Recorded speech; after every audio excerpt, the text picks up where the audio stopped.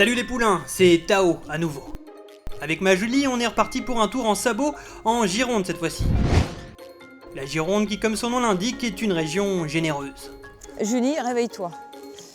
Donc là, on va à gauche. Et c'est après qu'on s'est mis dedans. En détour, ah oui, parce que je vous l'ai pas dit, mais notre covoiturage en Renault Julie, les gens de la télé ils l'ont oublié de nous fournir le GPS. Du coup, pour se rattraper, ils nous ont balisé le chemin, façon tag du petit pousset.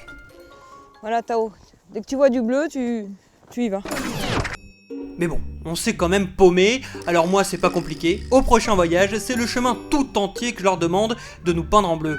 Ça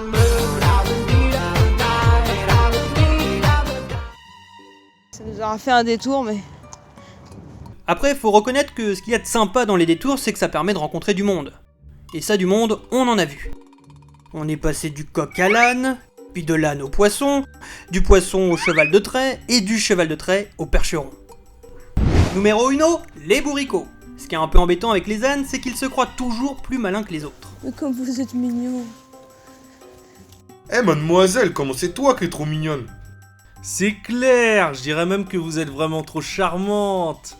C'est gentil ça, pourquoi je repartirais pas avec ça un jour? Eh mais moi avec toi, si je pars un jour, c'est sans retour. Oh, les références de Lover du 20e siècle, quoi. C'est sûr que la poésie, c'est moyennement leur truc. Par exemple, vous savez comment ils font les ânes pour faire fuir quelqu'un qui les embête? Eh ben, ils pètent. Carrément. Ah, il y en a un qui... Hein? Donc là, c'est pour faire fuir l'autre. Imaginez si on faisait tout comme eux. À chaque engueulade, la couche d'ozone, elle prendrait trop cher. Ce serait une boucherie écologique. Enfin, une ânerie écologique. C'est pas du tout ce truc. Après, faut pas non plus toujours prendre les ânes pour des imbéciles. Comme quand les gosses ont voulu jouer à chat avec eux. Et bah quand on joue à chat avec un âne, c'est une vraie bourrique.